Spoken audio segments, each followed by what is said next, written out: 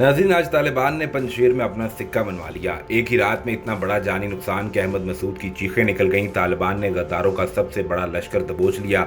जो कहते थे तालिबान हमारे दाएं बाजू का खेल है, सारे मौत की नींद सो गए।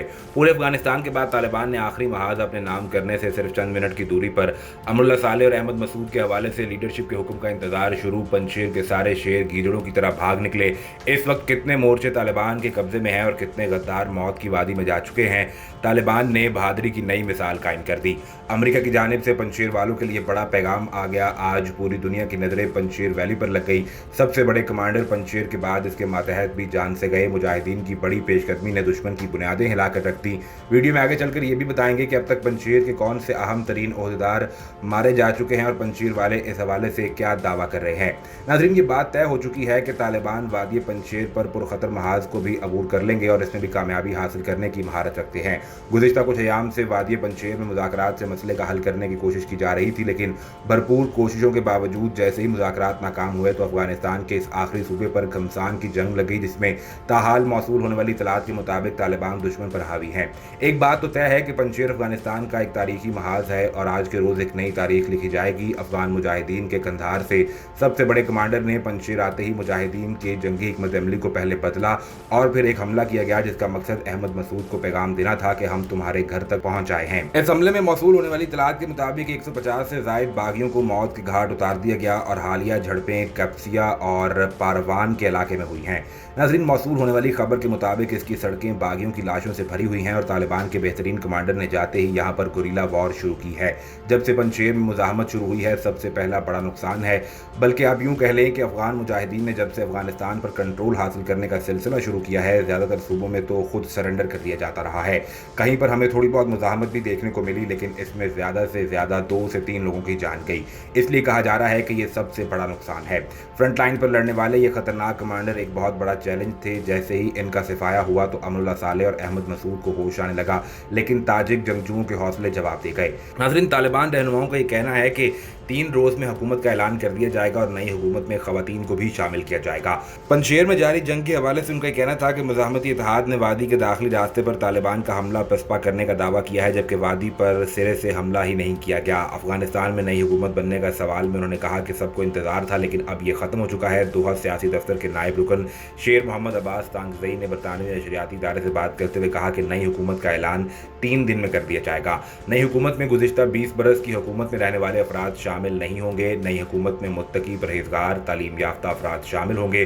उन्होंने मजीद कहा कि हुकूमत में खवातीन की काफ़ी तादाद होगी। ये नहीं बता सकता कि वो बड़े मनसूबों पर फायज होंगी या नहीं।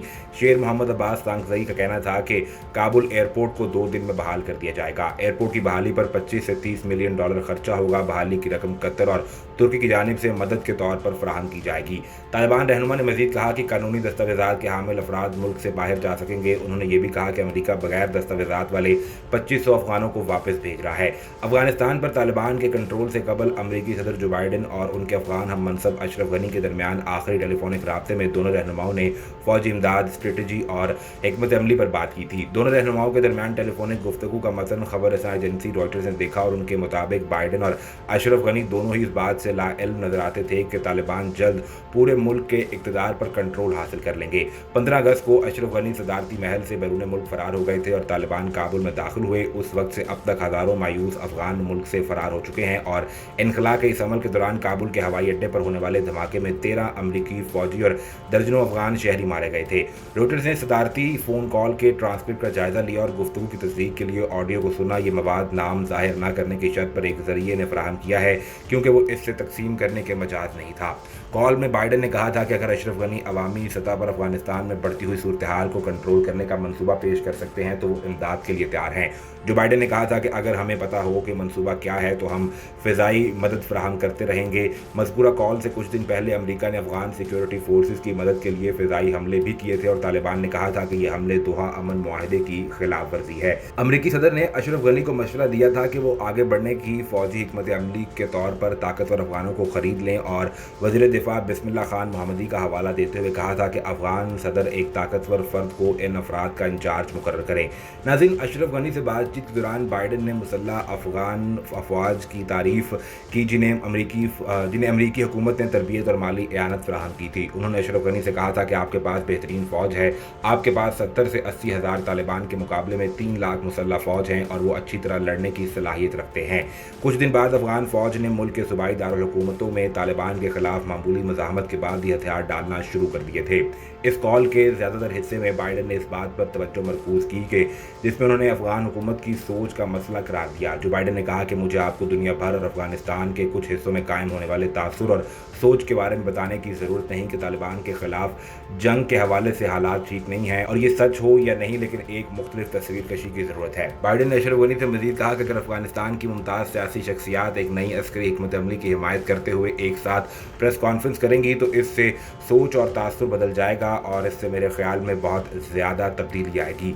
अमरीकी सदर के अल्फाज इस बात का इंडिया दे रहे थे कि वो 23 दिन के अंदर अंदर हुकूमत के खात्मे और तालिबान के इक़्तिदार पर कंट्रोल की तवक्को नहीं कर रहे थे।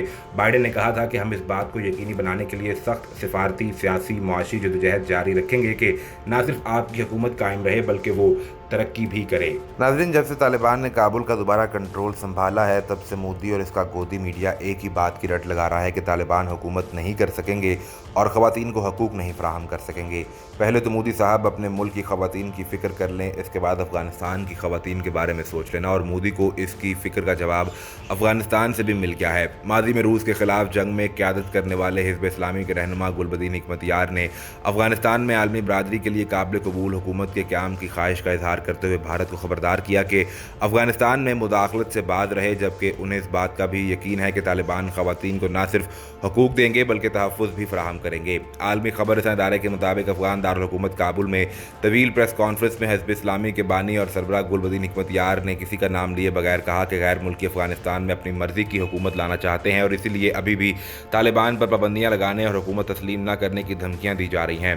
साबिक मुजाहिद लीडर गुलबदीन हिकमतयार ने भारत पर कड़ी तनकीद करते हुए कहा कि भारत को अफ़गानिस्तान में मुदाखलत न करने की यकीन दहानी करानी होगी, लेकिन ऐसा करने के बजाय उन्होंने एक जंगजू ग्रुप की हिमायत शुरू कर दी है और हाल ही में एक वीडियो में साबिक भारतीय फौजी अफसर खुलेआम अहमद मसूद के जंगजू ग्रोह को असला फराहम करने की बातें कर रहा है। 2 बार वज़ीर आज़म रहने वाले गुलबदीन हिकमतयार ने याद दिलाया कि माजी में भी भारत ने सोवियत यूनियन का साथ दिया था और जिस तरह वज़ीर आज़म इमरान खान ने वसीउल कल्बी का मुजाहरा करते हुए अमरीका की जंग में हिस्सा बनने को एक गलती तस्लीम किया, इसी तरह भारत को भी अफ़गान अवाम के ख़िलाफ़ रूस और अमरीका का साथ देने पर माफ़ी मांगनी चाहिए। इस हवाले से मज़ीद क्या अपडेट्स आती हैं आपको हर वक्त फराहम की जाएंगी, लेकिन उसके लिए ज़रूरी ये है कि आप सबसे पहले चैनल को सब्सक्राइब करके बेल आइकन को प्रेस करें ताकि आपको सभी वीडियोज़ बर वक्त मिलती रहें।